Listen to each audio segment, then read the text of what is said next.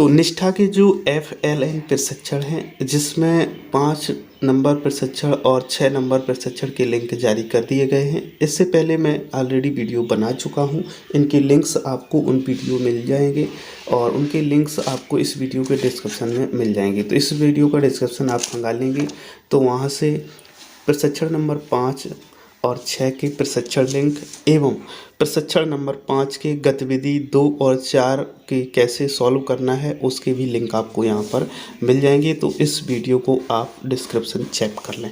अब हम आज देखेंगे यहाँ पर जो मुख्य प्रश्नोत्तरी है, जिसमें 40 प्रश्न सम्मिलित किए गए हैं, लेकिन आपके केवल उसमें से कोई 20 प्रश्न ही आएंगे और वहाँ से आपको 70% प्रश्नों को सही सॉल्व करना ही होगा, नहीं तो आपका सर्टिफिकेट जारी नहीं किया जाएगा। तो इसलिए आप ध्यान से इस प्रश्नोत्तरी को देखिएगा, अपनी नोट कर लीजिएगा और उसके बाद में आप जब प्रशिक्षण करें तब आप प्रश्नोत्तरी को सॉल्व करिएगा। तो ऑलरेडी जो हम वीडियो बना चुके हैं उनके आप ये इस प्रकार से देख पा रहे होंगे। मॉड्यूल 5 और 6 के प्रशिक्षण लिंक का, मॉड्यूल 5 की गतिविधि 2 का और मॉड्यूल 5 की गतिविधि 4 का। अब शुरू करते हैं आज की प्रश्नोत्तरी का। पर पहला प्रश्न रहेगा, साप्ताहिक कार्य योजना से क्या तात्पर्य है? इसका सही उत्तर होगा एक सप्ताह में कार्यान्वित की जाने वाली गतिविधियों की दिनवार योजना बनाना। उसके बाद में नेक्स्ट क्वेश्चन रहेगा, गतिविधि रुचि क्षेत्र का मुख्य उद्देश्य बच्चों को निम्नलिखित के लिए अवसर प्रदान करना है। इसका उत्तर है निर्बाध रूप से खेलना और भरपूर खेलना, इनकी फ्री प्ले। इसके बाद में नेक्स्ट जो क्वेश्चन आता है, बच्चों को निर्देश किस भाषा में दिए जाने चाहिए? इसका उत्तर होगा मातृभाषा अथवा ज़्यादातर बच्चे जिस भाषा विशेष से परिचित हों। इसके बाद में नेक्स्ट क्वेश्चन आता है, विद्या प्रवेश और बाल वाटिका कार्यक्रम के अंतर्गत गतिविधियों तथा वर्कशीट अथवा सीखने सिखाने से जुड़े अनुभव आधारित होने चाहिए। इसका उत्तर है कौशलों एवं अवधारणाओं पर। आगे प्रश्न देखते हैं तो यहाँ पर है, राष्ट्रीय शिक्षा नीति 2020 में प्री स्कूल स्तर 3 के लिए उपयोग की गई पारिभाषिक शब्दावली क्या है? तो यहाँ पर इस प्रशिक्षण का नाम भी बाल वाटिका से संबंधित है, तो इसका जो सही उत्तर है वो है बाल वाटिका। उसके बाद में नेक्स्ट जो प्रश्न है, राष्ट्रीय शिक्षा नीति 2020 के अनुसार शिक्षण के न्यून स्तर से उत्पन्न संकट किन 2 पहलुओं को रेखांकित करता है? तो यहाँ पर इसका उत्तर है बुनियादी साक्षरता और संख्या ज्ञान। इसके बाद नेक्स्ट क्वेश्चन आता है, विद्या प्रवेश एवं बाल वाटिका में मूल्यांकन की किस प्रक्रिया के बारे में बताया गया है? तो यहाँ पर जो उत्तर सही है वो नियमित, निरंतर एवं सतत और बहुआयामी आकलन के बारे में, मूल्यांकन के बारे में बात की गई है। आगे एक और प्रश्न है, गतिविधियों में संतुलन का सही उदाहरण क्या है? तो इसका उत्तर है शिक्षक द्वारा आरंभ की गई एवं बच्चों द्वारा आरंभ की गई गतिविधियां होती हैं, उनको संतुलन का सही उदाहरण माना गया है। नेक्स्ट प्रश्न है, राष्ट्रीय शिक्षा नीति 2020 इस बात का समर्थन करती है कि बच्चों की शिक्षा ...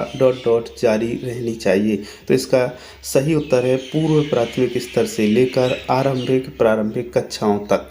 इसके बाद में नेक्स्ट जो क्वेश्चन है वो है, विद्या प्रवेश एवं बाल वाटिका कार्यक्रम के कार्यान्वयन के लिए निर्धारित दैनिक अवधि यानी कि घंटों में कितनी होनी चाहिए?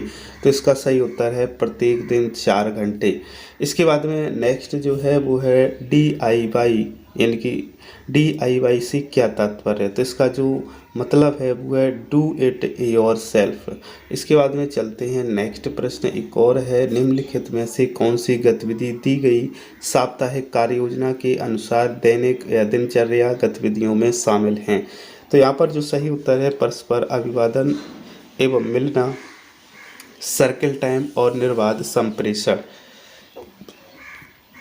नेक्स्ट प्रश्न यहाँ पर आ जाता है, विकासात्मक लक्ष्य 1 के अंतर्गत आने वाले कौशल एवं अवधारणाएं कौन सी हैं? तो यहाँ पर सही उत्तर है स्वयं के प्रति जागरूकता, सामाजिक रूप से वांछनीय व्यवहार, स्वास्थ्य, पोषण, स्वच्छता, स्वयं की सुरक्षा एवं गत्यात्मक कौशल। तो इसका सही उत्तर है। आगे एक और प्रश्न लेते हैं, तो विद्या प्रवेश बाल वाटिका में किस प्रकार के खेल शिक्षण सामग्री का सुझाव दिया जाता है? तो यहाँ पर सही उत्तर है देश में निर्मित स्थानीय कम लागत की अथवा शून्य लागत की सामग्री।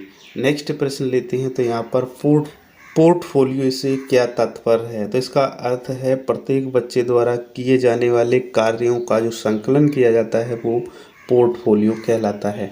नेक्स्ट है मानव जीवन के किस चरण में मस्तिष्क का विकास तीव्रता से होता है? इसका सही उत्तर है प्रारंभिक बाल्यावस्था।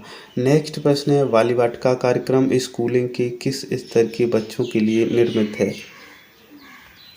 तो यहाँ पर इसका उत्तर है पूर्व प्राथमिक स्तर 3 के बच्चों के लिए। आगे एक और प्रश्न है विद्या प्रवेश कार्यक्रम के क्रियान्वयन की अवधि है? तो ये है 12 सप्ताह। आगे एक और प्रश्न आ जाता है गतिविधियों वर्कशीट एवं चित्रों के संदर्भ में शिक्षकों को किस तरह की स्वतंत्रता दी जानी चाहिए? इसका सही उत्तर है उसे संशोधित करने एवं प्रासंगिक बनाने के संदर्भ में। नेक्स्ट प्रश्न आ जाता है विद्या प्रवेश और बाल वाटिका कार्यक्रम केंद्रित है? तो ये कौशलों एवं अवधारणाओं के विकास पर केंद्रित है।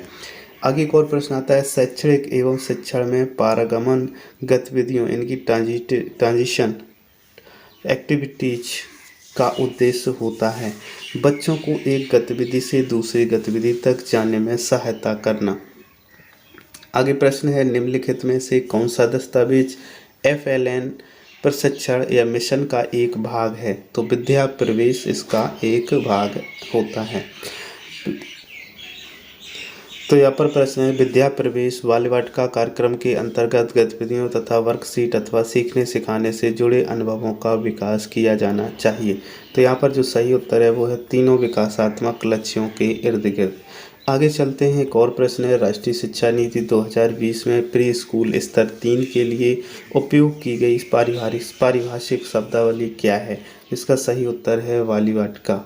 इसके बाद में नेक्स्ट प्रश्न है विद्या प्रवेश एवं बाली वाटिका कार्यक्रम के अंतर्गत गतिविधियों तथा वर्कशीट अथवा सीखने सिखाने से जुड़े अनुभवों का विकास किया जाना चाहिए।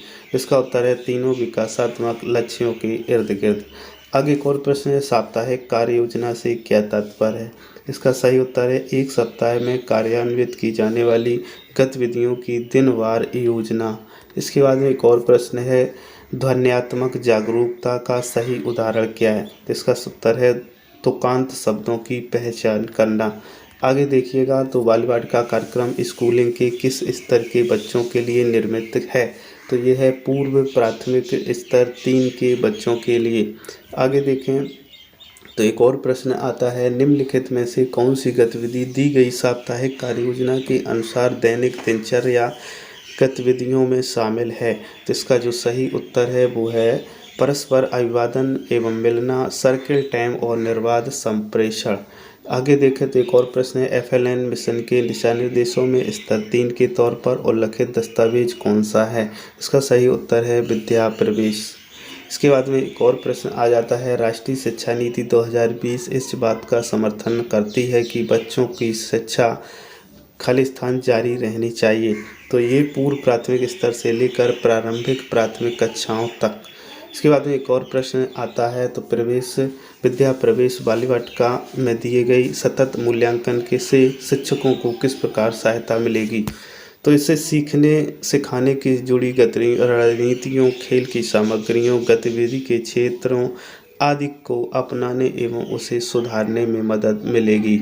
आगे विद्या प्रवेश एवं बाल वाटिका कार्यक्रम का मूल उद्देश्य क्या है? तो इसका मूल उद्देश्य है प्राथमिक कक्षाओं में बच्चों का व्यवधान रहित शिक्षण सुनिश्चित करना।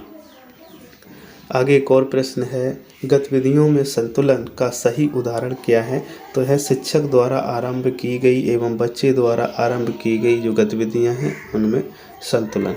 आगे देखते हैं तो एक और प्रश्न है मानव जीवन के किस चरण में मस्तिष्क का विकास तीव्रता से होता है? तो इसका सही उत्तर है प्रारंभिक बाल्यावस्था। इसके बाद में एक और प्रश्न लेते हैं तो यहाँ पर पूर्व प्राथमिक स्तर 3 के लिए निर्धारित आयु क्या है? तो पूर्व प्राथमिक स्तर है 3 उसके लिए निर्धारित आयु है 5+ की उम्र। आगे देखें तो एक और प्रश्न है विद्या प्रवेश और बाल वाटिका में मूल्यांकन की किस प्रक्रिया के बारे में बताया गया है? तो यहाँ पर नियमित और निरंतर सतत एवं बहुआयामी प्रक्रिया के बारे में बताया गया है। आगे एक और प्रश्न है विकासात्मक लक्ष्य 1 के अंतर्गत आने वाले कौशल एवं अवधारणाएं कौन सी हैं? तो यह स्वयं के प्रति जागरूकता, सामाजिक रूप से वांछनीय व्यवहार, स्वास्थ्य, पोषण, स्वच्छता, स्वयं की सुरक्षा एवं गत्यात्मक कौशल। तो ये इस प्रकार से आज के प्रश्न थे जो हमने सॉल्व किए। तो इनको आप ध्यान से यदि देखते हैं, उसके बाद में अपनी जो मेन प्रश्नोत्तरी है उसको सॉल्व करते हैं, तो उम्मीद है कि आपका सर्टिफिकेट ज़रूर आएगा।